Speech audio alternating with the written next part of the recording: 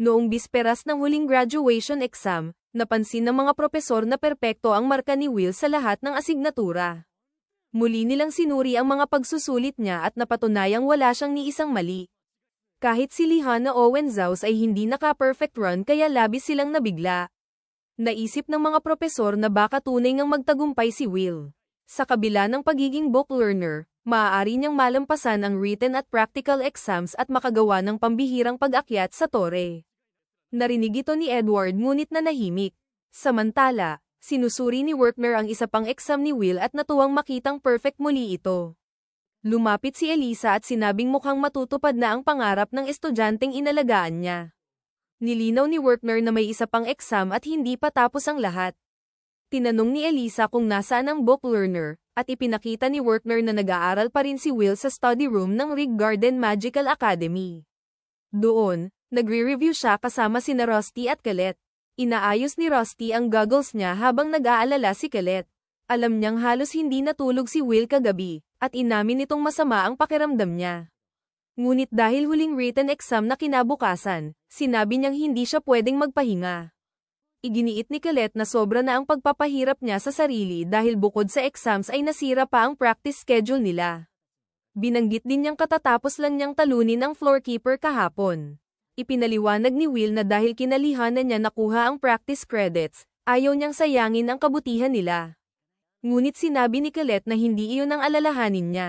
Dagdag ni Rusty, kulang pa rin ang spellwork credits ni Will.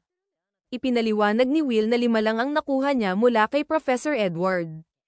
6 ang halaga ng natitirang tests, at kapag nakakuha siya ng isa pa, makakaakyat na siya sa tore kaya hindi siya pwedeng magpabeya. Biglang binunot ni Rusty ang isang uban sa ulo niya at sinabing dadami pa iyon kapag sobra ang pagod niya. Nagreklamo si Colette at tinanong kung ano ang ginagawa niya. Nagkunwari si Rusty na inosente at sinabing bumubunot lang siya ng uban gaya ng dati. Nang mapansing apektado si Colette, tinukso niya ito at tinanong kung gusto ba nitong siya na ang gumawa. Namula si Colette at agad tumanggi kahit halatang gusto niya. Sa opisina ng headmistress, pinuri ni Cauldron sina Sion at Julius sa pagtalo sa floorkeeper kahit abala sila. Nilinaw ni Julius na nadamay lang siya roon at kahit hindi nila natalo ang floorkeeper ay makakaakyat pa rin siya sa tore. Ngunit hinayla siya ni Colette sa laban. Sumang-ayon si Sion at sinabing hindi naman kailangan si Julius dahil natutunaw lang ang yelo nito. Nainsulto si Julius at sinumbatan si Sion na nagtago lang ito sa likod ng walang talento at naglaro lang ng apoy. Nag-init ang pagtatalo nila, ngunit tila naaaliw lang si Cauldron. Tinukso niya ang dalawa at sinabing mukhang hindi nila kayang pabayaan si Will. Samantala, naglalakad sina Wignall at Lihana sa breezeways ng akademya. Sinabi ni Wignall na kumpleto na ang practice credits nila. Ipinaliwanag ni Lihana na kapag napatunayang kaya nilang talunin ang floorkeeper, maaari na silang magpakitang gilas sa tore. Aminado si Wignall na tila anticlimactic iyon matapos nilang talunin ang Grand Duke noon. Napatawa si Lihana, kaya sinabi ni Wignall na nagbago na siya at naging mas malambot. Hindi ito itinanggi ni Lihana at sinabing nagbago rin siya dahil nawala ang matatalim niyang gilid. Noon ay lagi siyang may mahinahong ngiti, ngunit siya pala ang pinaka-pressure. Sumang-ayon si Wignall at sinabing si Will ang dahilan dahil itinuro nito na ayos lang mabaigo ng paulit-ulit basta hindi sumusuko. Sinabi ni Lihana na natutunan niyang ang insecurities at duwag niyang puso ay maaaring maging lakas na tinatawag na tapang. Naisip niya kung ano ang ginagawa ni Will, at sinabi ni Wignall na tiyak nag-aaral pa rin ito dahil huling bugso na ng exams. Kinagabihan, alam ni Colette na gising pa rin si Will kaya dinalhan niya ito ng midnight snack. Ngunit pagpasok niya sa study room, nakita niyang nakatulog na si Will sa mesa.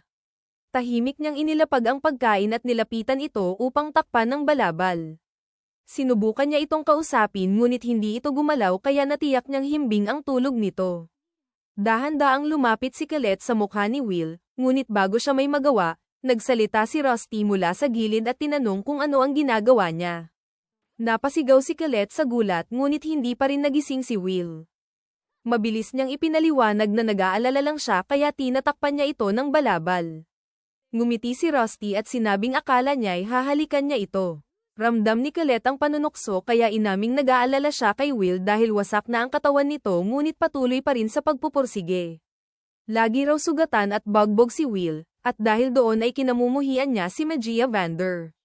Dahil sa spell ni Albus Vina, habang buhay na hinahabol ni Will ang taong iyon, ngunit wala naman itong ginagawa kundi maghintay sa tore.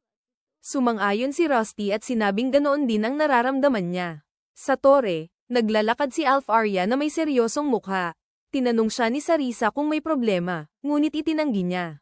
Lumapit si Eleanor at tinawag siyang embodiment of idleness, sinabing pambihira para sa isang recluse na tulad niya ang lumabas kaya baka umulan ng yelo bukas. Kalmadong hinarap siya ni Alf-Arya at tinanong kung ganoon ba kasakit ang pagkatalo nito sa magic competition. Agad sumagot si Eleanor na natalo lang siya dahil ice magic lang ang pinayagan, kung pwede ang ibang elemento, siguradong dinurog niya si Alf-Arya. Naputol ang usapan nang dumating si Zeo at utusan silang umalis sa daraanan niya. Parehong tinanggihan ni na Alf-Arya at Eleanor si Zeo at sinabing siya ang dapat umalis. Dumaan lang si Zeo sa gitna nila at sinabing tumingin muna sila sa salamin bago magsalita. Tinanong ni Alf-Arya kung bakit naroon sila, at sinabi ni Zeo na pareho lang sila ng dahilan.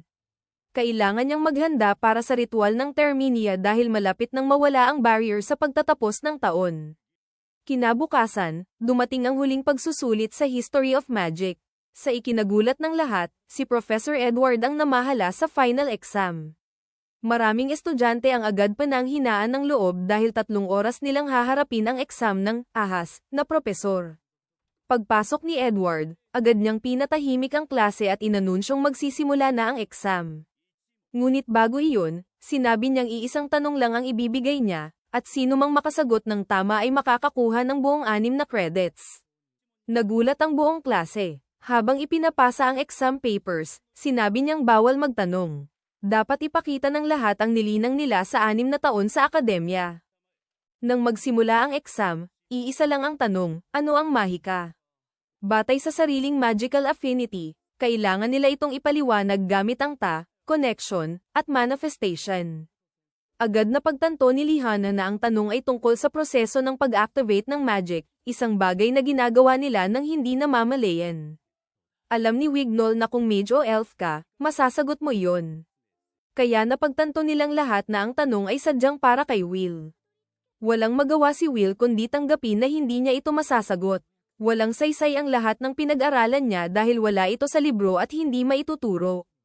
Damdamin at talento lang ang basehan nito. At dahil hindi siya marunong gumamit ng magic, wala siyang paraan para sagutin iyon. Naisip niyang iyon na ang wakas habang naaalala ang pangako niya kay Alf-Arya. Ngunit ang alaala ni Alf-Arya ang muling nagbigay sa kanya ng lakas kaya isinulat niya ang kahulugan ng magic para sa kanya. Para kay Will, ang magic ay pangarap, isang himalang hindi niya maabot gaano man siya magsikap. Maganda ito ngunit malupit. Ito ang nasa dulo ng lahat ng pagsisikap. At kung hindi si Zuko ang tao, naniniwala siyang may kapangyarihang higit pa sa mahika. Pagkatapos ng exam, hinarap ni Werther si Edward at galit na tinanong ang kahulugan ng exam na iyon. Sinabi ni Edward na tinanong lang niya ang mga nais umakyat sa tore tungkol sa pundasyon ng pagiging mage. Halos 40% ng klase ang nagkamali pa nga. Hinablot siya ni Werther sa kwelyo at sinabing alam niyang para lang iyon sa isang estudyante. Itinulak siya ni Edward at sinabing siya ang mali. Hindi niya maaaring payagang makapasok sa tore ang isang walang magic, lalo na't wala itong magagawa sa Wand Graveyard. Idinagdag niyang sa mundo ng mahika, ang espada ay hindi magiging wand. Ang pagputol sa pangarap na imposibleng matupad ay pinakamalaking kabutihan. Walang nagawa si Werther kundi tanggapin ang sitwasyon. Nakalista na si Will sa mga bumagsak. Nakapag-ipon si Will ng 7,199 credits, kulang ng 1 credit para makwalipaka sa tore. Kinagabihan, mag-isang nakaupo si Will sa labas nang lapitan siya ni Rusty at ibinalik ang naayos niyang goggles. Napansin nitong bagsak ang anyo ni Will. Sinabi ni Will na napakasama ni Professor Edward dahil imposibleng masagot ng tulad niya ang tanong. Hindi na napigilan ni Will ang sarili at tuluyang umiyak habang humihingi ng tawad kay Alf-Arya dahil hindi niya natupad ang pangako niya. Alam ni Rusty na walang salitang makakapagpagaan sa nararamdaman niya kaya niyakap na lamang niya ito at sinabing mananatili siya sa tabi niya. Samantala, hinahanap ni Colette, Lihana, at Wignall si Will ngunit wala silang makita. Sinabi ni Wignall na wala ito sa dorm kaya malamang umalis ng campus. Dumating si Julius at sinabing karaniwan na raw sa panahong ito ang pagkawala ng mga estudyanteng nabigo sa tore. Dagdag pa niyang abala ang paghahanap sa isang walang talentong tumakas matapos mapahiya. Agad itinapat ni Wignall ang wand niya kay Julius at sinabing bawiin nito ang sinabi. Hindi natinag si Julius at sinabing sa mundong ito, mahika ang lahat. Gaano man kagaling si Will sa dungeon, hindi rito nababagay ang espada. Inamin niyang kinamumuhian niya si Will at nais sana niya itong talunin mismo, ngunit hindi na mangyayari iyon. Dumating si Werner at sinabing siya na ang bahala at pinauwi sila upang magdiwang dahil iyon ang huling gabi ng taon, ang Terminia. Di nagtagal, nagsimula ang pinakamalaking pista at ritual ng Herbird. Si Clarissa Ra, isang high mage ng tore, ang tagapagbalita. Ipinaliwanag niyang Terminelia ang muling pagbuo ng dakilang barrier na nagpoprotekta sa kalangitan. Noong unang panahon, winasak ng celestial host ang mundo at halos nalipol ang sangkatauhan. Ngunit sa pamumuno ni Mercedes, 5 dakilang mage ang nagselyo sa langit at pinalayas ang celestial host. 500 taon na ang lumipas, at ang barrier ng Magia Vander ang patuloy na nagpoprotekta sa mundo. 1 minuto bago maghating gabi, nagsimula ang seremonya at hiniling ni Clarissa Ra sa lahat na salubungin ang Magia Vander ng papuri. Sabay-sabay itinaas ng mga tao ang kanilang wand. Pagsapit ng alas 12, ginamit ng Magia Vander ang kanilang mahika. Si Harriet ang Flame Crown, si Alf Arya ang Water Orb, si Zeo ang Lightning Throne, si Eleanor ang Wind Scepter, si Aaron ang Earth Altar. Pinagsama nila ang kanilang kapangyarihan at isinagawa ang 5 wands, Great Barrier Partition ng Paradise, Vandes Terminelia. Nang makumpleto ang spell, nagbunyi ang lahat. Ngunit biglang lumitaw sa himpapawid ang mga salitang, Happy New Year, na may lagda ng nakakatakot na smiley face na walang ulo. Inakala ng mga tao na bahagi iyon ng palabas. Ngunit lumitaw ang maraming magic circles sa langit at nagsimulang bumagsak ang mapanganib na halimaw, nagdudulot ng kaguluhan saan man mapunta. Sa isang lihim na lugar, sinabi ni Marze kay Headless na sa pag-activate ng Great Barrier, pansamantalang naubos ang magic ng Magia Vander. Sa gitna ng kaguluhan, ngumiti si Headless at sinabing oras na upang simulan ang party from hell. Napansin ni Will ang mga bilog ng mahika sa langit at agad na naalala ang mga gate na nakita nila sa ika-11 palapag. Mula rito, sumulpot ang mga halimaw at winasak ang paligid, nadamay pati mga inosenteng dumalo sa pista. Nagbabala ang ilang salamangkero ng Fire Faction na ang mga ito ay mga Dinoboros, mga nilalang mula sa kailaliman ng dungeon. Agad lumipad si Clary upang makipag-ugnayan kay Raj Holland ng Fire Faction. Ipinabatid niyang magtatayo siya ng mga harang kaya kailangan nilang mag-encanto agad. Umasa si Raj sa kanya at inutusan ng kanyang pangkat na maghanda sa ganting atake. Hindi nag-aksaya ng oras si Clary at ipinatawag ang Queridos Gardinas, nagpadala ng maraming tagapagtanggol sa himpapawid laban sa mga Dinoboros. Nagsimula ang sabayang engkanto ng Fire Faction, at iniutos ni Raj na ipaubaya sa mga bantay ni Clary ang unahan. Sama-samang naglabas ang mga ito ng makapangyarihang apoy na Fried Rachel. Samantala, mula sa malayo, pinagmamasdan ni Lihana at Wine ang nangyayari habang pinoprotektahan ang ilang bata. Labis ang pagkabigla ni Wine sa dami ng mga tagapagtanggol ni Clary. Si Cyan naman ay namangha sa lakas ng Fire Faction matapos nilang durugin ang biglaang pag-atake. Ayon kay Lihana, ito ang tunay na kapangyarihan ng mga mataas na salamangkero ng tore. Pagkatapos ng pag-atake, iniutos ni Raj na siyasatin ang pinagmulan ng mga bilog ng mahika dahil may utak sa likod nito. Ngunit nang mawala ang usok, nakita nilang buhay at walang pinsala ang mga Dinoboros. Hindi makapaniwala si Raj, ngunit agad siyang naglabas ng mas malakas na apoy. Sa kabila nito, lumabas ang halimaw ng walang gallows. Gumamit pa siya ng El Torres Gardeleng, ngunit natabunan ng apoy ang kanyang paningin. Mula sa himpapawid, sinubukang balaan ni Clary si Raj na tumakas, ngunit huli na, bigla siyang sinugod ng halimaw at hinati sa dalawa. Napatigil ang lahat sa sindak. Napagtanto ni Clary na walang epekto ang mahika dahil ito'y pinapawalang bisa. Kahit ang kanyang mga tagapagtanggol ay walang laban sa lakas ng Dinoboros. Hindi nagtagal, isa sa mga ito ang biglang sumulpot sa harap niya.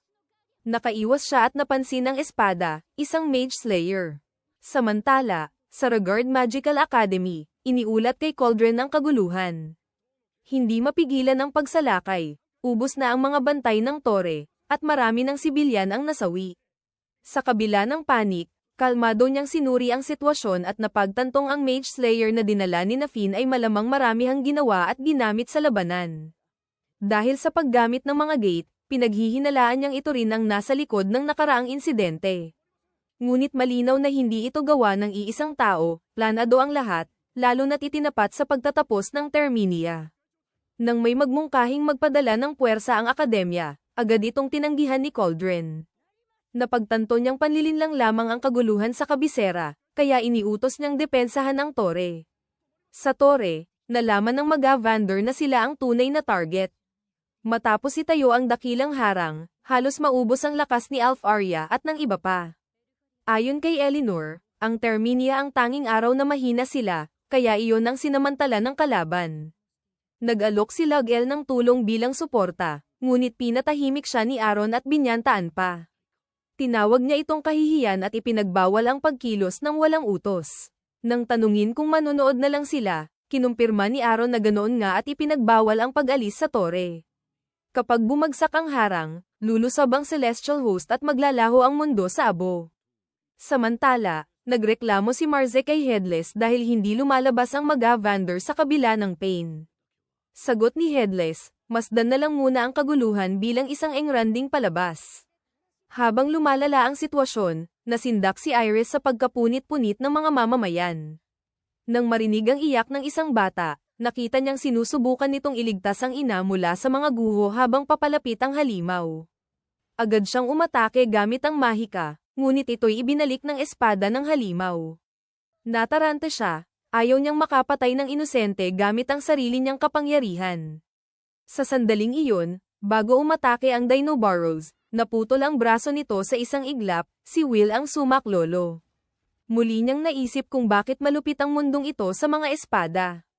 Kahit may hinanakit siya, hindi niya hiniling ang ganitong trahedya. Kaya pinili niyang gamitin ang lakas upang ipagtanggol ang inosente at lumaban ng walang takot. Hinabol siya ni Rusty at sinabihang targetin ang may mga espada. Nang sumugod ang isa, agad itong pinabagsak ni Rusty gamit ang Crystal Wreath. Ipinaalam niyang kaya ng mga salamangkero ang iba, kaya si Will ay tutok sa may Mage Slayer. Sumunod si Will at hinarap ang isang Dinoboros. Sa isang banggaan ng espada, nagawa niyang hatiin ang halimaw at ang Mage Slayer nito sa iisang hiwa. Namangha si Iris at naisip na kaya niyang talunin ang mga ito, ngunit hindi niya kakayaning mag-isa. Biglang nakipag-ugnayan si Aaron kay Iris at ibinigay ang kanyang awtoridad. Inutusan siyang tawagin ang mga duwende at itigil ang karahasan. Agad siyang sumunod at ipinahayag ang utos ni Noah bilang isang watcher. Sa utos na Gordir, inalis ang pagbabawal sa pakikipaglaban ng mga duwende. Sa buong lungsod, kumalat ang kautusan, magtulungan ang mga salamangkero at duwende upang lipulin ang lahat ng halimaw. Agad tumakbo si Werkner upang hanapin ang mga duwende at hilingin ang kanilang lakas. Nagreklamo si Donan dahil agad silang pinagtatrabaho sa simula pa lang ng taon. Pinatigil siya ni Gina at inutusan ang lahat sa kanyang tavern na sumama sa pagliligtas kina Will. Habang papunta ang mga duwende, ginamit ni Edward ang Dax Darbans laban sa mga Dinoboros na walang espada at madaling pinabagsak ang mga ito. Inutusan niya ang iba pang salamangkero na ipaubaya sa mga duwende ang may sandata at targetin ang natitira. Pati ang mga estudyante ay pinakilos niya. Kulang sila sa tao, kaya kailangan nilang maging sandata para sa mamamayan. Nag-alinlangan ang mga estudyante dahil kahit mataas na salamangkero ay kayang talunin ng mga halimaw. Sa gitna ng takot, hinarap ni Lihana ang tatlong Dinoboros at umatake gamit ang makapangyarihang engkanto. Namangha ang mga nanunood, ngunit napagtanto niyang kahit iyon ay hindi sapat para mapabagsak agad ang halimaw, kaya nagpatuloy siya sa pag-atake. Matapos pag-aralan ng isang may Mage Slayer, naunawaan niyang nawawala ang anumang mahika na lalapit dito.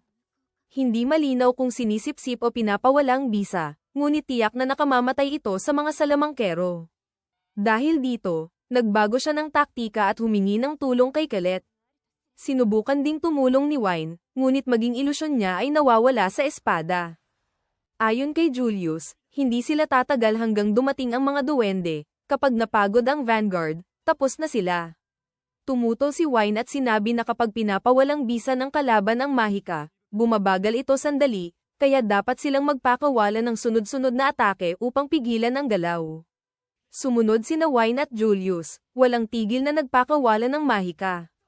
Nang gumana ito, lalo pa nilang pinaigting, pinipilit ang ibang halimaw na magsilbing panangga. Isinagawa ni Colette ang plano ni Lihana kahit labag sa loob, giniba niya ang monumento ng dating mag-Vander na si Viola. Umiiyak siyang humingi ng tawad habang ibinabagsak ito sa mga Dino Burrows. Ayon kay Julius, tiyak na may kaparusahan ang ganitong gawa. Naunawaan ni Wine ang plano, hindi kayang pigilan ng halimaw ang pisikal na bagay na walang Mahika. Dahil dito, inutusan ni Lihana ang lahat na maghagis ng bato at anumang makukuha, at pinaulan ng pag-atake ang mga Earth Mage. Hinikayat niya ang mga nag-aalinlangan na gawing pamilyar ang hindi nila nauunawaan. Mula sa itaas, pinuri ni Clary ang mga estudyante at binigyan sila ng perpektong marka. Iniutos niyang magsama-sama sa paligid ng Earth Mages at bumuo ng depensa dahil paparating na ang mga duwende. Samantala, aliw na aliw si Headless sa nangyayari. Inamin ni Mars na nasaktan sila nang matuklasan ang lihim nila, at may nakatakas pang may dalang Mage Slayer. Sinabi ni Headless na mabilis umangkop ang ilang salamangkero, kaya kumalat na ang impormasyon. Kung nakagawa sana ng panlaban ng instituto, iba ang kalalabasan. Ngunit dahil wala, napilitan silang ilabas ang kanilang alas. Matapos pabagsakin ni Will ang isa pang Dino Burrows, biglang bumukas ang gate sa harap niya. Lumabas ang isang Dinder at agad siyang tinarget. Sa isang hakbang pa lang, nabasag ang semento, at sa isang suntok ay pinalipad si Will, bumangga sa mga gusali. Sinundan pa siya nito habang sugatan na siya. Samantala, natagpuan ni Finn sa kailaliman ng dungeon ang mga gumagawa ng Mage Slayer. Matapos patumbahin ang karamihan, tinangkang interogahin ang huli, ngunit tumawa lang ito at sinabing huli na, pain lang sila. Pinatay niya ito bago matapos magsalita at napagtantong may nangyayari sa ibabaw. Nakatayo muli si Will ngunit sinalubong ng Dinder mula sa himpapawid. Kahit na ipagtanggol niya ang sarili, ramdam niyang mas malakas ito kaysa sa Grand Duke. Mula sa langit, kinilala ni Clary ang nilalang, isang Dinder mula ika-40 palapag, kilalang pumatay kahit ng mga dating mag-Vander. Ipinagmalaki ni Marze na 50 sa kanilang tauhan ang napatay para lang mahuli ito. Ngayon, pakakawalan nila ito. Pilit lumalaban si Will ngunit kahit makaiwas, tinatangay pa rin siya ng lakas nito. Hindi ito kalabang kaya niyang harapin ng direkta, kaya napilitan siyang umatras. Ngunit nang makita niyang may 2 estudyanteng malalagay sa panganib, agad siyang sumaklolo. Nakaligtas ang mga ito, ngunit siya ang naging target ng halimaw. Bago siya tuluyang tamaan, sumulpot si Donen at itinulak palayo ang Dinder. Dumating na rin ang mga duwende upang tumulong, ayon sa utos ni Iris na tipunin ng lakas sa timog kung nasaan si Will. Biglang inilabas ng Dinder ang core nito at sinimulang sipsipin ang bakas ng ibang halimaw. Napagtanto ni Edward na bitag ito, ngunit huli na. Ipinaliwanag ni Headless na kayang kainin ng Dinder ang kapwa nito upang lumakas. Sinubukang pigilan ito ng mga duwende ngunit pinigil sila ni Marza. Habang nagbabago ang anyo ng halimaw matapos sumipsip ng lakas, naglabas ito ng mga matutulis na spike na tumagos sa katawan ng mga duwende. Naunawaan ni Will na ang mga halimaw ay ginawang sakripisyo upang palakasin ang lihim na sandata. Kinumpirma ni Headless, ang pista ay seremonya at ang lungsod ang altar. Alam ni Will na walang laban ang mga salamangkero at duwende. Kung may pag-asa man, iyon ay ang kapangyarihang ginamit niya laban sa Duke. Hindi na kailangan pang sabihan si Rusty, alam na nito ang gagawin.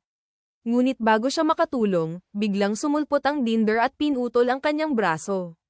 Sa galit, sumugod si Will nang walang pag-iingat ngunit muli siyang pinabagsak. Habang nagpapatuloy ang labanan, inutusan ni Rusty si Kiki na hanapin si Colette at nangakong poprotektahan si Will. Patuloy na lumalaban si Will ngunit walang epekto ang galit, plano, talino, o kasanayan niya. Sa harap ng halimaw, wala siyang magawa, pakiramdam niya'y wala siyang silbi. Muling umatake ang Dinder, ngunit bago tumama, itinulak siya ni Rusty at iniligtas. Sinabi nitong mananatili siya sa tabi niya. Sa harap ng kanyang mga mata, napunit ang katawan ni Rusty ng Mage Slayer ng halimaw. Nang abutin niya ito, naglaho ang kamay nito, iniwan si Will na hawak lamang ang kanilang mga alaala. Nang maglaho ang lahat sa kanya, napasigaw si Will at nahulog mula sa gusali. Ngunit nasalo siya ni Werner sa tulong ng kanyang familiar. Habang tumatakas sila, patuloy na humahagulgol si Will para kay Rusty, iniisip kung bakit nauwi sa ganito. Samantala, walang ginawa ang mga Magia Vander kundi manood mula sa tore. Habang nauubos ang pasensya ni Alf-Arya, si Zeo ang unang sumabog. Habang papalayo siya, agad siyang tinanong ni Car-Riot kung saan siya pupunta. Sagot ni Zeo, malinaw na sa digmaan siya tatanggo. Para sa kanya, kaiyahiya ang pag-iyak at marahas na kamatayan, at wala nang silbi ang mga taong nasa labanan. Mas walang silbi sila na nanunood lang habang namamatay ang iba. Sa kabila ng galit ni Zeo, nanatiling kalmado si Car-Riot at pinaalala ang utos ni Aaron. Ipinaliwanag na kapag bumagsak ang Magia Vander, mawawala ang Great Barrier, at lilipulin ng Celestial Host ang mundo hanggang maging abo. Dagdag pa ni Car-Riot, dehado pa sila ngayon, kaya dapat maghintay hanggang makabawi ang mana, at isipin ni Zeo ang tungkulin niya bilang Magia Vander. Sinagot siya ni Zeo na pwede nitong itago ang mahina nitong titulo. Habang paalis siya, nagpaputok si Car-Riot ng apoy na palaso bilang babala at pinabalik siya. Kung hindi, pipilitin niya itong pigilan. Ngumiti si Zeo sa gitna ng galit at hinamon siyang subukan. Samantala, tinakpan nila Fia Vites si Eleanor gamit ang kapa upang hindi nito makita ang maaaring kahihiyan. Sinabi ni Eleanor na katawa-tawa ito, ngunit mananatili siyang manonood dahil ito ang lupain ng mga salamangkero. Ipinaalala ni Phyllis Shalia na may isa pa silang lahi sa akademya at tinanong ang utos niya. Nang makita ni Eleanor si Wine na lumalaban, nagalit siya at pinapanta si Phyllis, na agad na nawala upang sundin ang utos. Tahimik na nasaksihan ni Sarisa ang lahat, batid na desperado na ang laban at hindi magkakasundo ang Magia Vander, kaya walang magandang mangyayari. At nang tila wala nang masasama pa, tuluyan nang napuno si Alf-Arya at hinarap si Aaron. Walang pag-aalinlangan, inutusan niya itong bawiin ang utos dahil nasasayang ang oras. Kalmadong tumanggi si Aaron at pinahinto siya. Ngunit hindi umatras si Alf-Arya. Matatag siyang tumayo at tumitig ng may hamon, at biglang lumamig ang paligid. Sa isang iglap, nabalot ng yelo ang lugar. Nagbabala siya na ililigtas niya ang mga mahal niya, kasama si Will. At kung haarang si Aaron, pababagsakin niya ito. Nataranta si Sarisa sa banta, ngunit nanatiling seryoso si Alf-Arya. Samantala, lumilipad si Werner kasama si Will, batid na bumagsak na ang kanilang linya dahil sa pagdating ng Dinder. Unti-unti nang tinutulak pabalik ang mga salamangkero ng mga natitirang Dinoboros, at kahit ang mga duwende ay hirap pigilan ito. Si Will na lang ang natitirang pag-asa. Ngunit wasak ang loob ni Will sa pagkawala ni Rusty. Pakiramdam niya'y wala siyang kayang iligtas. Iniisip niyang katulad lang ito noon nang mawala si Alf-Arya. Sinisisi niya ang sarili dahil hindi siya marunong gumamit ng mahika. Dahil dito, hindi niya naprotektahan sina Alf-Arya, Rusty, o kahit sino. Sumisigaw siya, sinasabing siya'y inutil na walang mahika. Sinubukan siyang pakalmayan ni Werner, ngunit tinanong siya ni Will kung bakit siya lang ang hindi marunong gumamit ng mahika habang umiiyak. Sa kabila ng sakit, pinilit siyang patatagin ni Werner. Ngunit bigla silang napatigil nang makaharap si Marze, na lumulutang sa hangin. Sinabi nitong mabaho si Will at mas nakakainis pa siya kaysa sa mga duwende, kaya papatayin na niya sila pareho. Agad itong umatake, kaya napilitan si Werner na umiwas upang iligtas sila. Samantala, patuloy na lumalaban sina Wine, Colette, Julius, at Lihana laban sa natitirang Dinoboros gamit ang dating taktika. Ngunit biglang napatigil si Colette nang makita ang isang pagsabog sa malayo. Lumapit si Lihana at pinagsabihan siya, ngunit nanatili siyang nakatuon dito, may masamang kutob. Biglang dumating si Kiki, sugatan at pagod. Nang tawagin siya nito, agad na naunawaan ni Colette na may kinalaman iyon kay Will. Agad niyang kinuha si Kiki at tumakbo, hiniling na dalhin siya kay Will. Sumunod si Sion at iniwan ng iba upang magpas siya. Habang nangyayari ito, pinanood lang ng Headless ang lahat at sinabing tila sabik si Marze. Gusto man itong manghuli ng ulo, tungkulin niya ngayon ang maging konduktor. Agad nitong pinadala ang Dinder sa tore. Alam ni Clary na hindi nila ito dapat makalapit sa Central Floss, ang puso ng lungsod. Agad siyang gumamit ng maraming mahika, ngunit ikinulong siya ng Dinder sa isang pagsabog. Nakita ito ni Edward, ngunit wala siyang oras, kaya inutusan niya ang mga duwende na magsakripisyo at umatake. Pinapunta niya sila sa sentro upang sirain ang sandatang gamit ng Dinder. Tumutol si Gina, sinabing pagod at sugatan na ang kanyang mga kasama at marami na ang namatay. Ngunit sumigaw si Edward at inaming hinihiling niya silang mamatay para sa lungsod at mga bata. Narinig ito ni Wine, Lihana, at Julius nang dumating sila. Biglang umatake ang isang Dinoboros kay Gina, ngunit itinulak siya ni Edward at sinalo ang tama. Agad siyang tumayo at ginapi ang halimaw. Nagulat si Gina at hindi maintindihan ang ginawa niya. Ipinaliwanag ni Edward na ang kalaban ay hindi tinatablan ng mahika, kaya mas mababa ang halaga ng buhay niya kaysa sa kanila. Sinabi niyang handa rin siyang magbayad ng parehong halaga, kaya hinihiling niya ang kanilang sakripisyo. Dahil dito, tumayo si Gina ng may determinasyon at inutusan ang mga duwende na tipunin ang kanilang mga kapatid at tumungo sa sentro ng lungsod. Samantala, patuloy na tumatakbo si Colette upang hanapin si Will, ngunit hinabol siya ni Sion, sinasabing hindi siya pwedeng mag-isa. Sa kabila nito, hindi tumigil si Colette para kay Will, ngunit biglang sumulpot ang Dinder sa harap nila. Agad siyang umatake, ngunit walang epekto ang unang tama. Sa tangkang maglabas ng ikalawang mahika, pumalya ito sa pinakamasamang sandali. Hindi siya binigyan ng oras ng Dinder at agad siyang sinugod.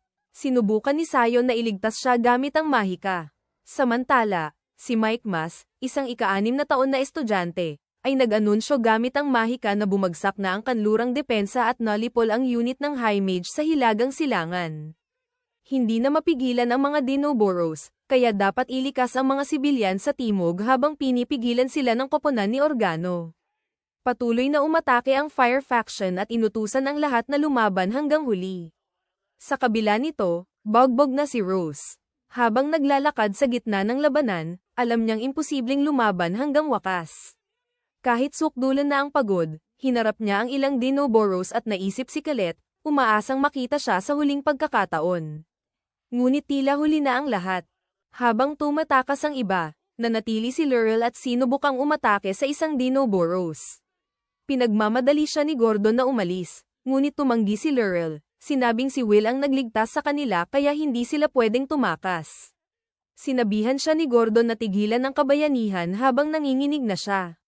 Bago pa siya makasagot, isang Dinoboros ang sumabog mula sa pader at umatake. Wala silang oras, ngunit dumating si Profesor Elisa at winasak ito sa isang mahika.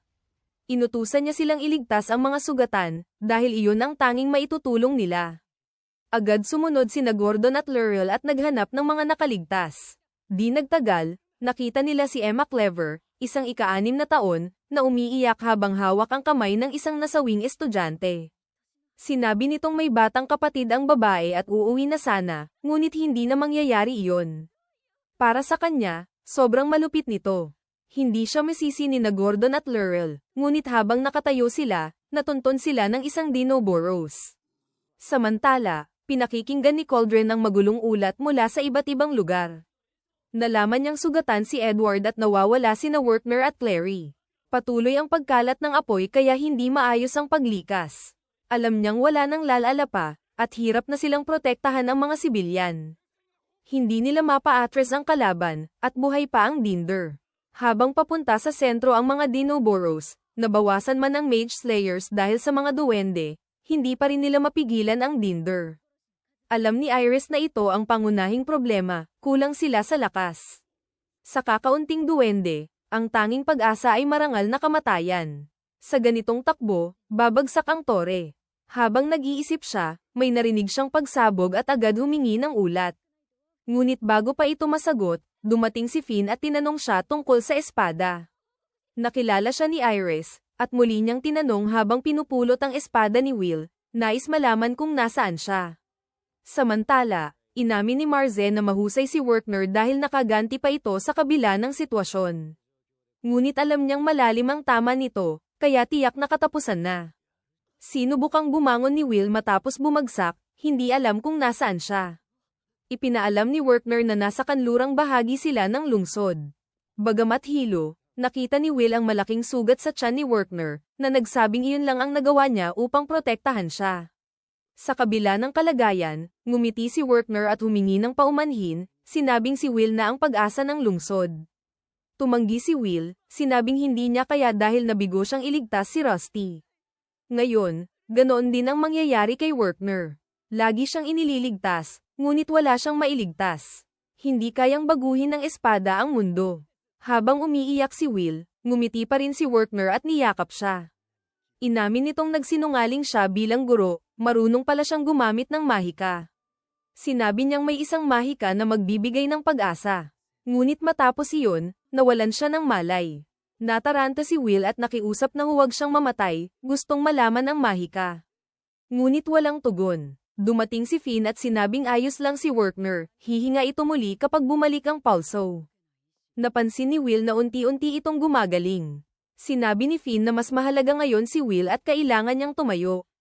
Hindi niya maintindihan, kaya ipinaliwanag ni Finn na hindi literal na mahika ang tinutukoy, kundi ang pinanggagalingan ng lakas, ang kalooban at damdamin. Isang sigaw na kayang gawing realidad ang imposible. Hindi kumbinsido si Will at tinawag itong pambata. Nagalit si Finn at pinagsabihan siyang tigilan ang kalokohan. Para sa kanya, iyon ang pinakamahalaga, ang hindi nagbabago ay hindi makakabago ng mundo. Itinuro niya ang espada at pinaalala ang pinagmulan ni Will. Ibinaba niya ito sa lupa at sinabing bukas na ang kandado, kailangan na niyang kunin ang espada at tahakin ang dilim lampas sa huwad na langit. Pinatakan niya ito ng dugo at sinabing alam na ni Will ang sagot. Biglang nagliwanag ang espada at tinanong niya ang pangalan ng mahikang nasa puso niya. Naalala ni Will ang lahat at inutusan siyang isiga ito. Sa pag-iisip sa mga mahal niya, naramdaman niya ang sagot. Agad niyang hinugot ang espada at sinabing ang pangalan ng kanyang mahika ay Tapang. Pagkasabi nito, pumuti ang kanyang buhok at naalis ang limitasyon. Inutusan siya ni Finn na pakawalan ito. Sa isang iglap, tumakbo si Will sa buong lungsod, kasing bilis ng kidlat, at nilipol ang lahat ng Dinoboros sa kanyang daraanan. Sandaling nasal ayan ni na Edward, Julius, Wignell, at Lihana ang kanyang pagdaan at hindi makapaniwala. Napakabilis ni Will kaya hindi na maintindihan ng iba ang nangyayari, ang alam lang nila, may puwersang pumupuksa sa mga halimaw sa isang kisap mata. Pinanood ito ni Iris sa kanyang mga aparato at napagtantong malilibot nito ang buong lungsod. Ngumiti si Alfaria mula sa tore, batid na ang nangyayari. Samantala, patuloy na lumalaban si Sion laban sa Dinder upang protektahan si Colette. Kahit pinapaalis siya nito, tumanggi siya, sinabing hindi tatakbo si Will dahil ang duwag na iyon ang pinakamatapang. Kaya gagawin din niya iyon. Habang hinaharap ang Dinder, biglang dumating si Will. Napagtanto niyang mali si Sion, naiinggit siya rito at matagal na itong hinahabol dahil sa kanyang kahinaan. Kaya mula ngayon, magiging nag-iisang espada siya. Agad niyang hinarap ang Dinder at binangga ito, pinakawalan ang Mage Blade, sapat upang itulak ito.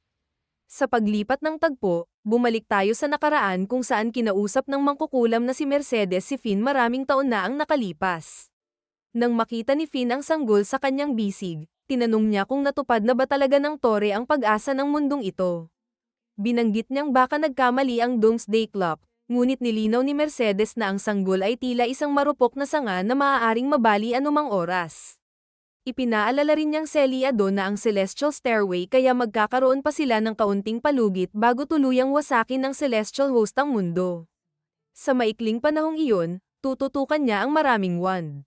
Ibinigay ni Mercedes ang sanggol kay Finn at sinabing siya naman ang bahala sa nag-iisang espada. Tinanong ni Finn kung sigurado ba talaga siya rito, ngunit nagsawa na si Mercedes sa paulit-ulit niyang pagdududa. Iniunat ng sanggol ang kamay nito at mahigpit na hinawakan ang daliri niya, tila ayaw siyang pakawalan. Saglit na nag-atubili si Mercedes bago tuluyang bumitaw at sinabing bahagi ito ng kasunduang dinala ni Finn sa kanya. Kailangang makahanap siya ng taong kayang gumamit ng ikalimang elemento, at sa pagkakataong ito ay dapat niyang matagpuan ang susi na magtutugma sa mundong ito. Habang umaalis si Mercedes nang hindi na lumilingon, nangako si Finn na gagampanan niya ang tungkulin niya at hahanapin ang wand at espada upang maprotektahan ang mundo. Sa kasalukuyan, nakita ni Finn si Will matapos magising ang kapangyarihan nito. Nababalot ng pilak na liwanag si Will habang mabilis niyang nilalansag ang mga halimaw sa kabisera. Alam ni Finn na napakarami nilang pinagdaanan upang makarating dito, kaya iniisip niya kung magiging awiting tagumpay ba ito o isang malupit na trahedya. Saglit niyang inisip na baka isa itong pambihirang komedya, ngunit nais niyang malaman kung saan sila dadalhin ng kasunduan nila ng dakilang mangkukulam. Target ngayon ni Will ang Dinder, isang halimaw na mamamatay mangkukulam. Matapos ang unang atake, nagulat si Colette at Scan nang makitang siya nga iyon. Hindi nag-aksaya ng oras si Will at muling sumugod. Dahilan upang mapalipad ang halimaw hanggang gitna ng kabisera. Habang nagkakagulo ang mga mage at pinapaalis ang headmistress, nanatiling kalmado si Cauldron at gumamit ng spell na Credo's Aqualum upang harangin ang halimaw at protektahan ang gusali. Bagamat napigilan nila ang pagpasok ng halimaw sa akademya, wala pa ring nakauunawa sa tunay na nangyayari. Pinipilit ng mga mage si Cauldron na lumikas, ngunit tumanggi itong umalis at nakiusap na maghintay pa. Sa gitna ng kaguluhan, nakita niyang dahan-daang naglalakad si Will papalapit sa Dinder. Kahit tinamaan ng malakas, agad na tumayo muli ang halimaw kaya sumugod ulit si Will. Nang magsalpukan sila, lumikha iyon ng matinding pagsabog na yumanig sa buong kabisera. Ang mga estudyanteng malayo sa labanan ay napaisip kung ano ang sanhi ng ingay mula sa sentro ng lungsod. Sina Donan at ang mga duwende ay wala ring ideya, ngunit naghinala si Julius na baka si Will ang lumalaban. Ganoon din ang hinala ni Lihana at ng iba pa kaya napagtanto nilang nasa unahan nila si Will. Agad silang tumakbo patungo sa sentro ng lungsod habang habol ni Julius kahit wala na siyang natitirang mahika. Nag-aalala rin ang ibang mage habang umaasang hindi si Will ang nasa gitna ng kaguluhan. Hindi makapaniwala ang mga estudyante na kayang harapin ni Will ang ganoong halimaw, ngunit dahil doon ay lalo silang napasugod sa sentro ng lungsod. Samantala, maging ang Magi Vander sa tore ay hirap paniwalaan ang kanilang nasasaksihan. Lubos namang namangha si Alfaria habang pinapanood si Will. Nahulog si Clary mula sa kanyang walis at pagtingin niya sa labanan ay agad niyang nakilala si Will. Napagtanto niyang kaya nitong makipagsabayan sa kalabang minsang tumalo rito. Nang makita niya si Edward, muntik pa siyang mahulog muli habang tinatawag ito. Nagulat si Edward na buhay pa siya at sinabing malas lang talaga ang talento niya. Pinatahimik siya ni Clary at nagtanong kung sino ang batang lumalaban, ngunit nag-atubili si Edward bago sumagot. Pagdating ng ibang estudyante sa sentro ng kabisera, nadatnan nila sina Rene at Jeroen na pinapanood ng malapitan ang laban. Kahit naroon sila, hirap pa rin silang sundan ang galaw ni Will at ng halimaw dahil sa bilis ng mga ito. Ayon kay Jeroen, kahit hindi nila lubos maintindihan ang nangyayari, malinaw na nakakasabay si Will. Nais sana ni Emma na tumulong sa labanan, ngunit agad siyang pinigilan ni Pam at ipinaalalang walang epekto ang mahika nila sa halimaw. Kapag nakialam pa sila, baka sagabal lang sila kay Will. Sumang-ayon si Rene at pinaalalang ang lumalaban ngayon ay ang walang talento na matagal nilang minamaliit at kinukutya. Natahimik ang lahat matapos iyon at napaisip kung ano pa ang maitutulong nila kay Will. Sa gitna ng katahimikan, sinabi ni Lear na iniligtas sila ni Will at hanggang ngayon ay lumalaban pa rin ito para sa kanila, kaya dapat may magawa sila. Habang walang makaisip ng paraan, si Cyan ang unang sumigaw upang palakasin ang loob ni Will. Sinundan siya ni Colette at Kiki, pati sina Wine at Lihana, hinihikayat si Will na huwag sumuko. Maging si Julius ay sumigaw rin, sinabing malayo na ang narating nito kaya dapat niyang tapusin ito. Nagulat ang ibang estudyante nang makitang pati sina Julius at Cyan ay sumusuporta kay Will. Kalaunan, naunawaan nilang iyon lang ang tanging paraan upang matulungan siya kaya sabay-sabay silang nagsimulang sumigaw para palakasin ang kanyang loob. Sa kabilang banda, pilit pa ring gustong sumabak ni Edward sa labanan kahit sugatan na siya dahil ayaw niyang ipaubaya iyon sa isang hindi gumagamit ng mahika. Nilapitan siya ni Clary at sinabing hindi pa rin talaga siya nagbabago. Ngunit ipinaalala rin niyang hindi ito oras para protektahan ang estudyante niya, kundi oras para magtiwala rito. Sa huli, umurong si Edward kahit halatang hindi pa rin siya payapa sa sitwasyon. Samantala, sina Donan at ang mga duwende ay buong pusong sumusuporta kay Will, hinihikayat siyang durugin ang halimaw. Sa buong kabisera, iisa na ang sigaw, manalo si Will at iligtas silang lahat. Nasaksihan ito ni Iris at hindi siya makapaniwala na ang buong mundo ng mahika ay sumisigaw para sa isang walang talento na hindi marunong gumamit ng mahika. Ngunit malinaw ang sagot sa harap niya, ginagawa ni Will ang hindi kayang gawin ng iba. Siya lang ang humaharap sa kinatatakutang Dinder gamit lamang ang espada. Habang lumalaban, naalala ni Will ang mahabang panahong puno ng pagdurusa. Matagal siyang hinamak at pinagtawanan. Dumating pa sa puntong kinamuhian niya ang mundong ito. Ngunit sa kaibuturan ng puso niya, nais lang niyang kilalanin siya ng mga tao. At ngayon, lahat ay sumisigaw para sa kanya. Kahit minsan lang itong mangyari, sapat iyon upang bigyan siya ng lakas na ipaglaban at protektahan silang lahat. Dahil sa paniniwala ng mga tao sa kanya, mabilis na pinaikutan ni Will ang Dinder upang mawalan ito ng balanse bago tumalon pataas at sumugod gamit ang espada. Ngunit nakapaghanda ang halimaw at sa banggaan nila ay nabali ang espada ni Will. Mula sa tore, nakita ito ni Alf Arya at agad na naunawaan ng lahat ang panganib. Kung walang sandata, dehado si Will. Mabilis niyang hinarang ang atake gamit ang natitirang bahagi ng espada habang iniisip ang susunod na hakbang. Biglang tumayo si Alf Arya at lumabas. Pinigilan siya ni Kariet dahil bawal silang umalis sa tore. Ngunit sinabi niyang sa balkonahe lang siya pupunta. Napansin ng lahat ang maliliit na tipak ng yelo sa paligid niya. Nang lingunin niya sila, pabiro niyang sinabing nadulas lang ang kamay ko. Kasunod noon, isang dambuhalang espadang yelo ang bumagsak mula sa tore diretso kay Will. Ngumiti si Alf Arya, at kahit hindi siya makita, ngumiti rin si Will dahil alam na niya ang gagawin. Itinaas niya ang sirang espada at sinalubong ang bumabagsak na sandata. Sa lakas ng banggaan, umugang ang buong paligid. Makalipas ang ilang saglit, nakita ng lahat na ang sirang espada ni Will ay naging ganap na sandatang yelo na pinatibay ng mahika ni Alf Arya, isang lubos na napalakas na Albuswiss.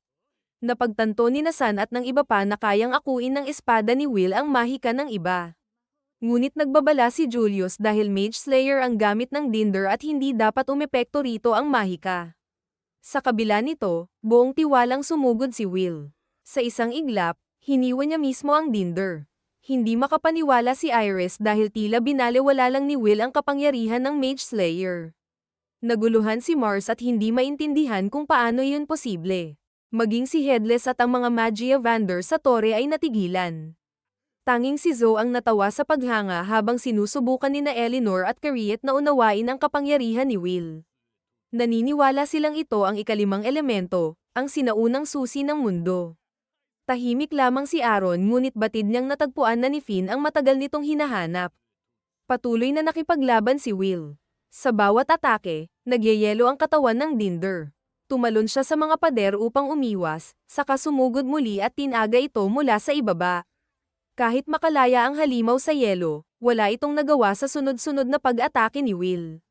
Sa isang kisap mata, naiwasan niya ang sabayang pag-atake at ginawa itong yelo bago tuluyang wasakin. Namangha sina Wine, Lihana, at Colette sa nakakayanig na lakas ni Will. Para nilang nakikitang magkasamang lumalaban sina Will at Alf Arya. Halos hindi na makatayo ang Dinder kaya agad inutusan ni Mars si Headless na kumilos. Maya-maya, bumukas ang maraming tarangkahan sa kalangitan at bumuhos ang mas marami pang halimaw. Napalibutan si Will, ngunit nanatiling kalmado si Alf Arya dahil alam niyang walang dapat ikatakot habang magkasama sila. Itinarak ni Will ang espada sa lupa at inactivate ang overload. Isang napakalakas na bugso ng kapangyarihan ang sumabog. Kasunod nito, ginamit niya ang Glaze Frost L7 na lumikha ng dambuhalang kastilyong yelo sa likuran niya. Hindi man lang niya iginalaw ang espada ngunit nagsulputan ang mga tulos na yelo mula sa lupa at tinuhag ang mga halimaw. Sa huli, ginamit niya ang Fruzel Cardina upang pasabugin silang lahat sa isang iglap. Napatulala ang lahat, mga estudyante, si Edward, maging sina Mars at Headless. Nawalan ng masabi si Mars sa nasaksihan. Nagpasya si Will na wakasan na ang laban. Dahil wala nang sagabal, buong lakas niyang pinahaba ang espadang pinatibay ng kapangyarihan ni Alf Arya at sumugod diretso sa Dinder. Sa isang malupit na hiwa, tuluyang nagyelo ang halimaw bago ito nabasag kasama ng kastilyong yelo. Wala nang natira sa Dinder. Nagbunyi ang buong kabisera nang mapagtantong ligtas na sila. Napaluha si Colette sa tuwa habang masayang pinagmamasdan ng lahat si Will.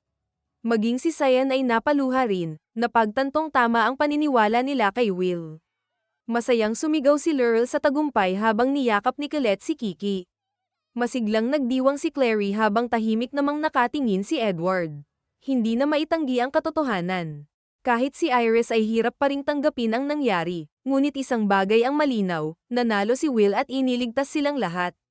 Masayang nagbunyi sina Donan at ang mga duwende dahil kailanman ay hindi sila nawalan ng tiwala kay Will. Ipinagmamalaki rin siya ni Gina habang si Elisa ay labis ang ginhawang naramdaman nang matapos ang lahat. Sa isang sulok ng kabisera, bahagyamang may malay si Werner, alam niyang iniligtas sila ni Will. Samantala, natatawang pinuri ni Finn si Will. Sinabing higit pa ito sa inaasahan niya. Para kay Finn, si Will ang natitirang pag-asa ng mundong ito. Ngumiti si Finn habang nakatingala sa langit at humingi ng paumanhin kay Mercedes sa matagal niyang paghihintay. Sinabi niyang panahon na upang tuparin nila ang kanilang kasunduan, kahit inabot pa iyon ng 500 taon. Sa huli, ipinahayag ni Finn na dito nagtatapos ang mahabang prologo. Hinamon niya ang huwad na kalangitan na maghintay lamang dahil nagsisimula pa lang ang tunay na kwento, ang alamat ng pagsasanib ng wand at espada. Bumalik tayo 3 taon sa nakaraan, sa araw na unang naranasan ng mga tao ang ulan sa ilalim ng huwad na langit. Dahil sa mahika ni Alf Arya, hindi magawang ma-enjoy ni Will Surfert ang ulan. Tahimik siyang nakaupo habang pinagmamasdan ng tore na tila napakalayong marating. Iniunat niya ang kamay sa langit habang iniisip kung maaabot pa ba niya balang araw ang taong nais niyang makasama, pero kahit isang patak ng ulan ay hindi niya makontrol. Habang nag-iisip siya, dumating si Rusty Norman dala ang payong upang masilungan siya. Ipinaliwanag nitong siya mismo ang gumawa nito dahil nais niyang maging artificer. Nang tanungin ni Will kung sino siya, nagpakilala si Rusty bilang bago niyang roommate at sinabing nais niya itong maging kaibigan. Sa kasalukuyan, napapanaginipan ni Will ang alaalang iyon habang walang malay at nasa pangangalaga ni Headmistress Cauldron. May luha pa sa kanyang mga mata habang ibinabalik ni Cauldron sa normal ang buhok niya. Sinabi ni Finn na tila lubos na nitong na-master ang pamana ng Mage Queen. Ipinaalala naman ni Cauldron na siya ang dahilan kung bakit nanatili si Will sa akademya kaya tungkulin niyang gabayan ito. Ipinaliwanag niyang maayos ang pag-edit sa alaala ni Will upang maibalik ito sa dati niyang sarili. Alam ni Finn na kapalit nito ay mananatiling tulog si Will sa loob ng kanyang mga alaala, ngunit hindi niya maiwasang isipin kung ano ang napapanaginipan nito nang makita ang mga luha niya. Samantala, nagising si Professor Werner at agad siyang pinagalitan ni Edward dahil inuuna pa rin niya ang iba kaysa sarili niyang sugat. Sang-ayon si Colette Lawar at pinaalalahan ng dapat pa rin niyang pahalagahan ang sariling buhay. Habang sinusubukan ni Werner alamin kung nasaan siya, dumating si Elisa dala ang basket ng prutas at sinabing nasa infirmary siya matapos bumagsak mula sa bubong ng akademya. Masaya si Elisa na nagising na siya ngunit agad siyang pinigilan ni Colette nang hahawakan na sana nito ang mukha ni Werner. Nagtalo ang dalawa habang tahimik na nakatingin si Werner. Bigla niyang naalala si Will kaya agad niya itong tinanong. Ipinaalam ni Edward na si Headmistress Cauldron ang nag-aalaga rito kaya wala silang dapat ipag-alala. Pagkatapos, pinahiga muli niya si Werner upang makapagpahinga. Hindi nagtagal, ipinaalam ni Lihil sa ibang estudyante na ligtas na sina Werner at Will. Mabilis niyang itinama ang sarili at muling tinawag si Will na book learner. Sinabi rin niyang ayon kay Elisa ay maaari itong makadalaw sa graduation. Natuwa ang lahat dahil si Will ang isa sa pinaka-nagsikap sa kanila. Ngunit sumingit si Julius Rinberg at tinawag silang inosente. Ipinaalala niyang hawak ni Will ang kakaibang kapangyarihang iyon kaya walang dahilan upang mag-alala sila rito. Tinanong siya ni Emma Clover kung bakit ganoon ang sinasabi niya, ngunit pinutol siya ni Julius at sinabing hindi pa katagalan ay minamaliit din nila mismo si Will. Natahimik ang lahat matapos iyon. Sinabi ni Julius na nalasan na silang lahat gaya ng elf at iba pa. Dumating naman si Wignall Lindor at sinabing tila si Julius ang tunay na matigas ang ulo. Nilinaw ni Julius na hindi siya yuyuko sa kagustuhan ng karamihan. Ngunit sinabi ni Wignall na kahit hindi niya aminin ay may lihim siyang pasasalamat kay Will dahil iniligtas siya nito. Gumawa siya ng rosas na yelo at ipinaalala ang noblesse oblige ng isang mage. Dinurog ni Julius ang rosas gamit ang kamay at lumayo habang sinasabing kahit ano paman ay hindi makakaakyat si Will sa tore at malaking ginhawa iyon. Pagkaalis niya, tinanong ni Gordon Valley si Zion Ulster kung ano ang tingin nito, ngunit tahimik lang si Zion habang nakatingin sa labas ng bintana. Sa ibang lugar, kinausap ni Iris si Aaron Masteriez at ibinalitang humigit kumulang 3,000 katao ang namatay o nasugatan sa Termen area. Hindi pa rin nila alam kung nasaan ang mga lider ng pag-atake kaya ipinag-utos ni Aaron na hatiin ng bawat paksayon ang investigasyon habang inuuna muna ang pag-aayos sa kabisera. Pagkatapos, tinanong niya si Iris tungkol kay Will Surfert dahil nais niyang malaman kung bakit hindi nila natukoy ang presensya nito sa nakalipas na 6 na taon. Sagot ni Iris, malamang na itinago ito ni Headmistress Cauldron hanggang tuluyan itong mag-mature. Napabuntong hininga si Aaron dahil masyadong maraming desisyon ang ginagawa ni Cauldron nang walang konsultasyon kaya napagdesisyonan niyang kay Finn ipagkatiwala ang pagbabantay sa sword. Nang tanungin ni Iris kung ano ang tingin niya kay Will, sinabi lang ni Aaron na kung ito nga ang wand at sword ng panata ng Mage Queen, darating ang araw na magtatagpo ang lahat. Dumating ang 3 Magia Vander. Unang nagsalita si Carriot habang humihingi ng paumanhin sa pagkahuli. Inakala naman ni Zeo na isa na namang nakakainip na evaluation meeting iyon ngunit agad siyang tinawag ni Eleanor na barbaro at pinatigil sa kaiingay. Ipinaalam ni Aaron na magbabahagi sila ng impormasyon tungkol sa mga umatake kaya kailangang ilihim muna ang insidente sa student practice. Tinanong ni Carriot kung may impormasyon ba mula sa mga nahuling Mage Slayers ngunit sinabi ni Aaron na wala. Nagtanong naman si Zeo tungkol sa mga halimaw ngunit wala ring sagot si Aaron. Dahil doon, tinawag siya ni Eleanor na inutil na hari at tinanong kung may hinalaman lang ba siya. Binanggit ni Aaron ang malaking digmaan 10 taon na ang nakaraan dahil kapareho raw iyon ng pakiramdam ng mga destroyer na minsang nagpayanig sa mundo ng mahika. Nagulat ang lahat, tinanong ni Carriot kung iniisip niyang may mga nakaligtas mula sa Nirdun. Natuwa naman si Zeo at sinabing mukhang naging interesante na ang usapan. Tinanong ni Eleanor kung posible bang nagkakamali siya dahil nagsakripisyo ng husto si Lafia at ang kanyang mga tao upang lipulin ang mga iyon. Tinukso siya ni Zeo na baka natatakot lang siya dahil hindi siya lumaban noon. Sa galit ni Eleanor, agad niya itong inatake at umalingaw-ngaw ang shockwave sa buong kabisera. Sina Carriot at Aaron ay kalmadong nagcast ng barrier upang protektahan ang sarili. Napakapit na lang si Iris sa upuan ni Aaron habang sinasabing kaya ayaw niyang dumalo sa mga meeting ng Magia Vander. Tinanong ni Eleanor si Zeo kung gusto ba nitong mamatay ngunit iniwasan lang nito ang atake. Bago pa lumala ang sitwasyon, pinigilan sila ni Aaron at sinabing magpapatuloy ang bawat paksayon sa investigasyon dahil malapit na ang bloom, ang pruning of new buds. Pagkatapos, tinanong ni Carriot si Sarisa kung ano ang ginagawa nito roon. Kabado namang pumasok si Sarisa sa meeting room habang magulo ang itsura matapos tamaan ng atake ni Eleanor. Tinanong siya kung nasaan si Alf Arya dahil ipinatawag ang lahat ng Magia Vander. Nahihiyang sumagot si Sarisa na sinabi ni Alf Arya na masakit ang tiyan nito kaya hindi makakadalaw.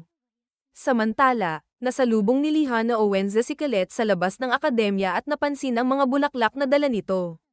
Ipinaliwanag ni Colette na para iyon kay Rusty dahil wala pa itong puntod. Tinanong ni Lihana kung anong klaseng tao si Rusty Norman.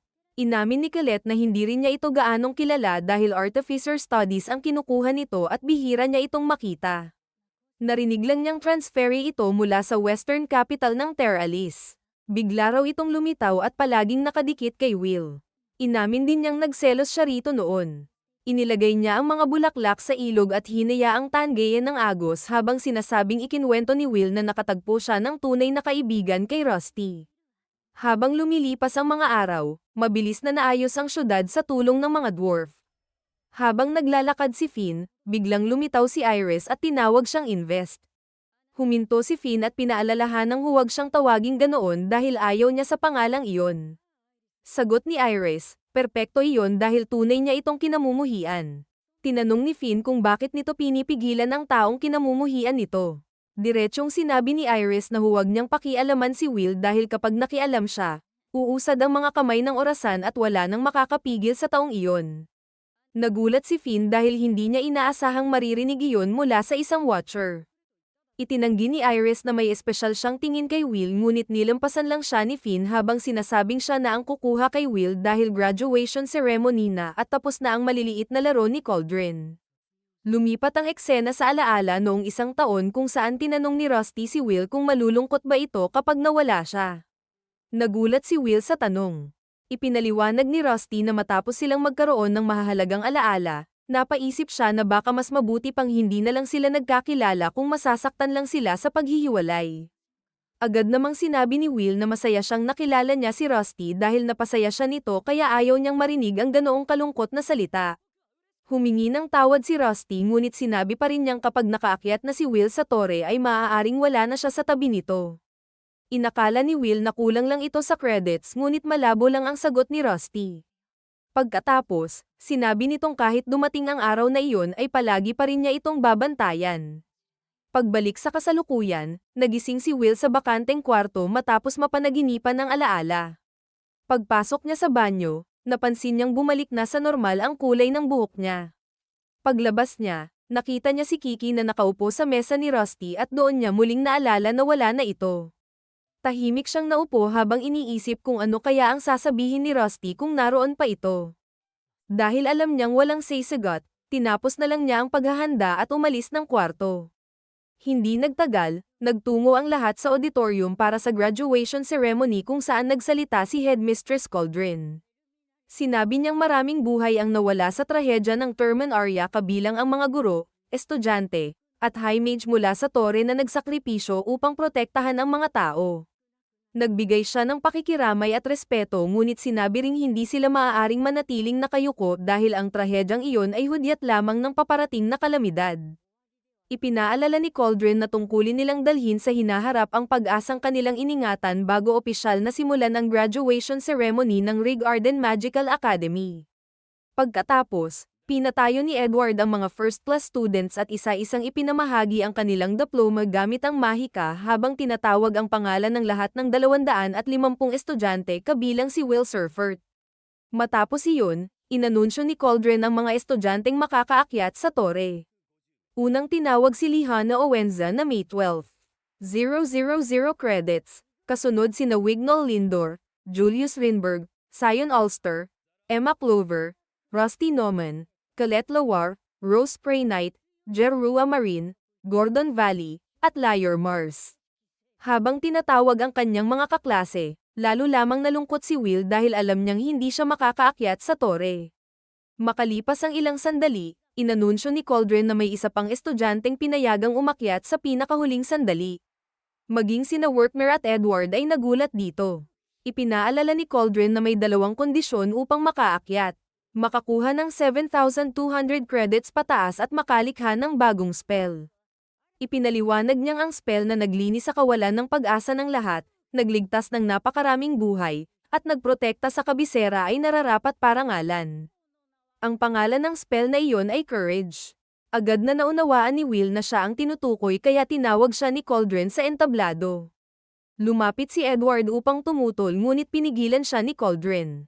Sinabi niyang tiyak na may mga hindi sisang-ayon ngunit para sa mga kumikilala sa tapang ni Will bilang tunay na mahika. Dapat nila itong palakpakan. Natahimik ang buong auditorium. Habang unti-unting nawawalan ng pag-asa si Will, isang tao ang unang pumalakpak, si Sion Ulster. Kasunod niya si Colette, Wignall, Lihana, Renes, at maging si Julius. Unti-unti ring tumayo ang ibang estudyante hanggang mapuno ng palakpakan at sigawan ang buong auditorium para kay Will. Dahil dito, ibinigay ni Cauldron kay Will ang Hat of Mercedes at opisyal na inanunsyong maaari na siyang umakyat sa tore. Tahimik lang si Edward habang pinagmamasdan ang lahat dahil ayaw niyang maranasan ni Will ang parehong desperasyong naranasan niya noon. Ngunit tiniyak ni Workner na malalampasan iyon ni Will dahil mahusay niya itong sinanay. Sa pagtatapos ng seremonya, inanunsyo ni Cauldron na ang 50 estudyanteng iyon ay opisyal ng aprobadong umakyat sa tore. Sila ang Grim Generation kaya tiyak na maraming pagsubok ang naghihintay sa kanila, ngunit kailangan nilang mahanap ang lugar nila sa kalangitan at itaboy ang kasamaan.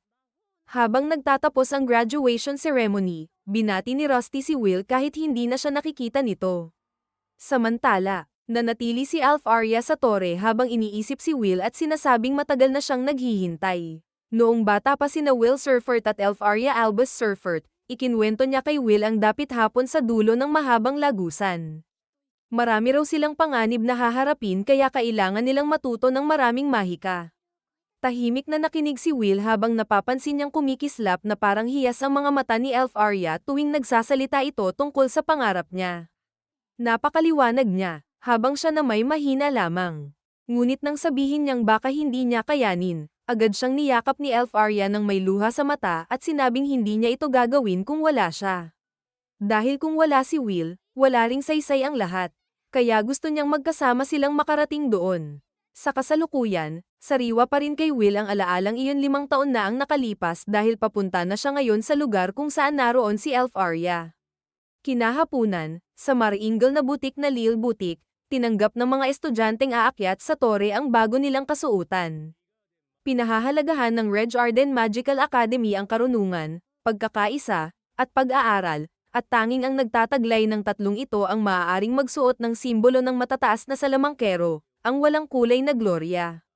Ipinaliwanag ng ikasampung may-ari ng butik na si Brantel Lil na isang karangalan para sa kanila ang gumawa ng mga damit na isusuot ng mga estudyante sa pagharap nila sa hinaharap.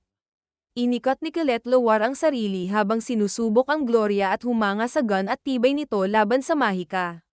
Sinubukan din ito ni Lihana Owenzaus at sinabing mas mahusay pa ito kaysa sa mga kapa ng akademya. Sumang-ayon si Wignall Lindor at pinuri ang husay ng mga salamangkero sa paggawa dahil perpektong sukat ang mga ito. Sinabi ni Sion Ulster kay Brantel na kahanga-hanga ang trabaho nito gaya ng dating may-ari. Nagpasalamat si Brantel at humingi ng paumanhin dahil ngayon lamang natapos ang mga damit. Ipinaliwanag ni Cyan Blade na dahil sa nangyari sa Termen Arya, nahuli ang lahat ng gawain. Samantala, tahimik lang na nakatingin si Julius Rinberg sa salamin habang suot ang espesyal na kasuotan para sa pag-akyat sa tore. Napansin ni Colette ang malungkot niyang mukha kaya tinanong siya nito, ngunit bigla lamang siyang sumigaw at pinaalis siya. Nabigla si Colette at aksidenteng nabangga ang mga mannequin kaya natamba ang mga ito. Isa pa rito ang tumama sa ulo ni Julius kaya sinisi niya si Colette at tinawag itong salot ng kapahamakan. Paulit-ulit na humingi ng tawad si Colette ngunit sinabi ni Brantel na ayos lang ang lahat. Lumayo si Colette sa mga mannequin at kinausap si Lihana tungkol sa kakaibang kilos ni Julius. Tinanong siya ni Lihana kung may alok na ba siya mula sa tore. Sinabi ni Colette na nakatanggap siya noon ng liham mula sa Earth Faction. Ipinaliwanag naman ni Lihana na ang kanya ay mula sa Lightning Faction, ganoon din kina Wignall at Sion. Lahat sila ay na-scout maliban kay Julius, kaya iyon ang bumabagabag dito. Bilang huling detalye, nilagyan ni Brantel ng brocha ang kanilang gloria at sinabing marami na silang napaglingkurang umaakyat sa tore. Nagpaalam siya at hiniling na gabayan sila ng Mage Queen. Bago umalis, tinanong ni Wignall kung nasaan si Will dahil hindi pa niya ito nakikita.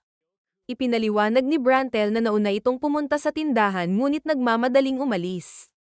Napangiti si Colette dahil alam niyang tiyak na nasa pandayan ni Donan si Will.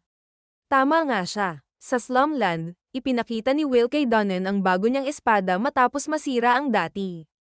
Ipinaliwanag ni Donan na ginamit niya ang sirang talam ng Moria, nilagyan ng whisk gem, at muling pinandi ito. Kaya nitong humiwa ng mahika at palakasin ang kapangyarihang nasa mga hiyas ng kabisera. Masayang tinanggap ni Will ang bagong espada at sinabi ni Donan na maaari niya itong tawaging Whisk Set Silver. Tinapak niya si Will at pabirong sinabing nasira rin nito ang huli niyang obra gamit ang lakas na kayang ikahiya ng isang duwende. Humingi ng tawad si Will at nagtanong kung magkano ang bayad, ngunit sinabi ni Donan na regalo na iyon bilang pasasalamat sa pagliligtas sa kanilang lahat. Nagpasalamat si Will at nagtungo na sa mga kasamahan niyang naghihintay. Nang makumpleto silang 50, nagtungo sila sa tore kung saan sinalubong sila ni Clary. Pinuri niya ang bago nilang gloria at sinabing kulang sila sa tao kaya siya lamang ang gagabay sa kanila. Sa pamamagitan ng mahika, binuksan niya ang tarangkahan ng tore at tinanggap ang 50 estudyante sa isang paraiso ng pananaliksik at impyerno ng disiplina. Habang umaakyat, hinawakan ni Will ang goggles niya at sinabing dahil iyon kay Rusty kaya narating niya ang puntong ito at ngayon ay papunta na siya kay Elf Arya. Pagpasok nila sa tore, nagtaka ang lahat dahil walang laman ang lugar. Tahimik lang si Clary at ginamit ang mahika para buksan ang susunod na tarangkahan. Biglang bumukas ang kisame habang ang sahig na kinatatayuan nila ay nagsimulang umangat. Nakarating sila sa unang palapag ng tore, ang colorless garden. Namangha ang lahat nang makita ang isang napakalawak na lungsod sa loob mismo ng tore. May kalangitan, liwanag, at abot-tanaw pa. Maging ang kastilyo ay lumulutang. Halos hindi sila makapaniwalang nasa loob pa rin sila ng tore.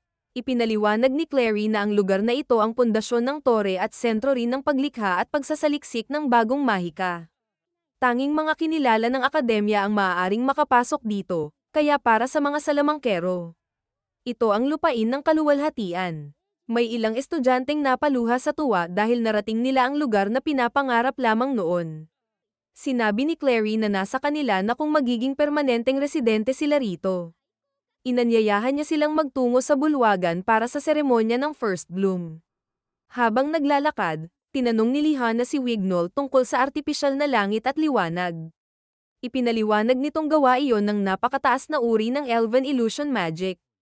Tuwang-tuwang naglibot sina Colette at Will. Napansin nilang marami ring nakasuot ng Gloria. May hardin daw ng mahiwagang halamang gamot at lugar para sa pagsusuri ng mga mahiwagang nilalang.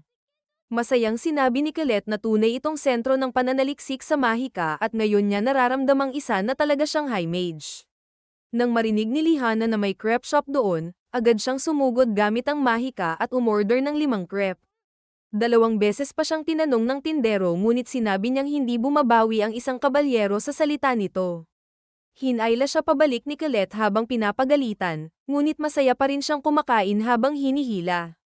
Napangiti si Will at sinabing ganoon pa rin si Lihana. Sumang-ayon si Wignall at sinabing halos nakakaaliw na ang walang katapusan nitong gutom. Habang masaya silang naglalakad, dinaanan sila ni Sion at binalaan si Will na huwag masyadong matuwa dahil hindi mabait ang tore tulad ng iniisip nila. Nagtaka si Will hanggang mapansin niya ang malamig na tingin ng mga high mage sa kanila. Maya-maya, nakarating sila sa ceremonial hall kung saan naghihintay ang iba't ibang faction. Naroon din si Cariots Halden, direktor ng Upper Institute at pinuno ng Colorless Garden. Pagdating ng lahat, nagpakita na ang mga Magia Vander. Tuwang-tuwa ang mga estudyante. Masayang nakita ni Wignall si Eleanor Lahos Elf ngunit iniwas nito ang tingin. Masaya ring makita ni Will si Elf Arya, ngunit tila malungkot ito at hindi siya matingnan. Nagpasalamat si Clary sa mga Magia Vander, ngunit inip na sinabi ni Harriet na tapusin na agad ang seremonya. Pilit ngumiti si Clary kahit halatang naiirita. Sinimulan niya ang First Bloom. Ang mga estudyanteng na scout mula pa noong Grand Magic Festival ay bibigyan ng Blessing of Color. Sabay-sabay na nagliwanag ang wand ng mga Magia Vander at nagbago ang kulay ng Gloria ng ilang estudyante. Naging pula ang kay Cyan habang naging kayumanggi naman ang kay Colette kasama ang simbolo ng Earth Faction. Nanatiling walang kulay ang Gloria ni na Julius at Will, ibig sabihin ay wala pang faction na pumipili sa kanila. Noong isang araw, galit na galit si Elf Arya kay Sarisa Alves Viera dahil sinabi nitong maaari niyang i-scout si Will kapag nakaakyat na ito sa tore. Ngunit walang ni isa sa mga liham na ipinadala niya kay Will ang nakarating dito. Ipinaliwanag ni Sarisa na hindi niya kasalanan iyon kundi desisyon ng direktor ng Upper Institute dahil duda pa rin ito sa isang swordsman na sasali sa faction. Sa sobrang galit, muntik nang gawing yelo ni Elf Arya ang buong institusyon ngunit pinakalma siya ni Sarisa. Ipinaliwanag nitong kailangang patunayan muna ni Will ang sarili upang kilalanin ang buong tore. Sa kasalukuyan, sinabi ni Clary na ang Blessing of Color ay isang malaking karangalan at naghihintay na ang mga faction sa mga napili. Pagkatapos umalis ng mga napili, kinausap niya ang mga naiwan. Tinawag niya silang colorless, mga walang halaga. Ang mga hindi mapipili ng faction ay mananatili lamang sa unang palapag bilang suporta sa mga tunay na high mage. Alam na ito ni Julius. Tinawag pa nga ang tore bilang libingan ng mga wand sa likod ng kaluwalhatian nito. Ngunit sinabi ni Clary na bibigyan pa rin sila ng pagkakataon. Kailangan nilang patunayan ang kakayahan nila rito mismo. Ito ang tunay na pagsubok ng First Bloom. Pagkatapos ng anunsyo, lumitaw ang mga halimaw na tinatawag na zonya. Ipinaliwanag ni Clary na iisa lang ang batas sa tore, patunayan ang halaga mo. Kailangan lamang nilang talunin ang mga halimaw gamit ang anumang kakayahan nila. Maraming estudyante ang nahirapan dahil hindi umepekto ang kanilang mahika. Ipinaliwanag ni Cariots na nilikha ang mga zonya bilang tagapangalaga ng unang palapag. Katumbas ng mga halimaw sa gitnang bahagi ng dungeon ang lakas nila at kayang ibalik ng kanilang dual shields ang ordinaryong mahika. Sa kabila nito, mabilis na natalo ni Julius ang dalawang Zonya gamit ang flow ng magic. Humanga maging si Sarisa dahil napakahusay na niyang gamitin ang mahika ni Elf Arya. Sinabi ni Irvan Orvis ng Wind Faction na lamang si Julius sa iba. Pati ang Dark Faction ay nagtaka kung bakit hindi pa ito na-scout. Piliting ipinakita ni Julius ang husay at pagiging henyo niya, ngunit hindi man lang siya nilinggan ni Elf Arya kaya lalo siyang nasaktan. Samantala, pinuna ni Julius si Will dahil puro iwas lang ito. Ngunit alam ni Lihana at Colette na inoobserbahan lamang niya ang mga galaw ng Zonya. Naunawaan ni Will na malungkot si Elf Arya dahil hindi siya na-scout, ngunit determinado siyang makarating dito gamit ang sariling lakas. Matapos pagmasdan ang mga Zonya, mabilis niyang hinati sa dalawa ang isa gamit ang espada. Nagulat ang lahat sa bilis at lakas niya dahil nalampasan pa niya ang depensa ng halimaw. Madali niyang naiwasan ang mga atake dahil nababasa na niya ang kilos ng kalaban. Nakatulong din ang magaang Gloria at ang espadang ginawa ni Donnen na kayang humiwa ng kahit ano. Nang dumami pa ang Zonya, agad gumamit si Julius ng Glaze Ear. Ngunit may isang ligaw na atake na tumama sana kay Elf Arya kaya agad hamarang si Will at sinalo iyon gamit ang espada. Sinipsip ng espada ang mahika at pinakawalan niya ang buong lakas ng Glauswise. Namangha si Elf Arya habang diretsyong sumugod si Will at pinaga niya ang Glausmill. Isa-isang naputol ang mga Zonya habang lalo siyang bumibilis. Hindi na muling pumuti ang buhok niya tulad noon, ngunit ngayon ay nagamit na niya ang sariling kapangyarihan ng buong kumpiyansa. Sa loob lamang ng ilang minuto, nabura niya ang lahat ng Zonya. Masayang pinanood siya ni Elf Arya dahil mula pa noon, alam na niyang malalampasan ni Will ang anumang pagsubok.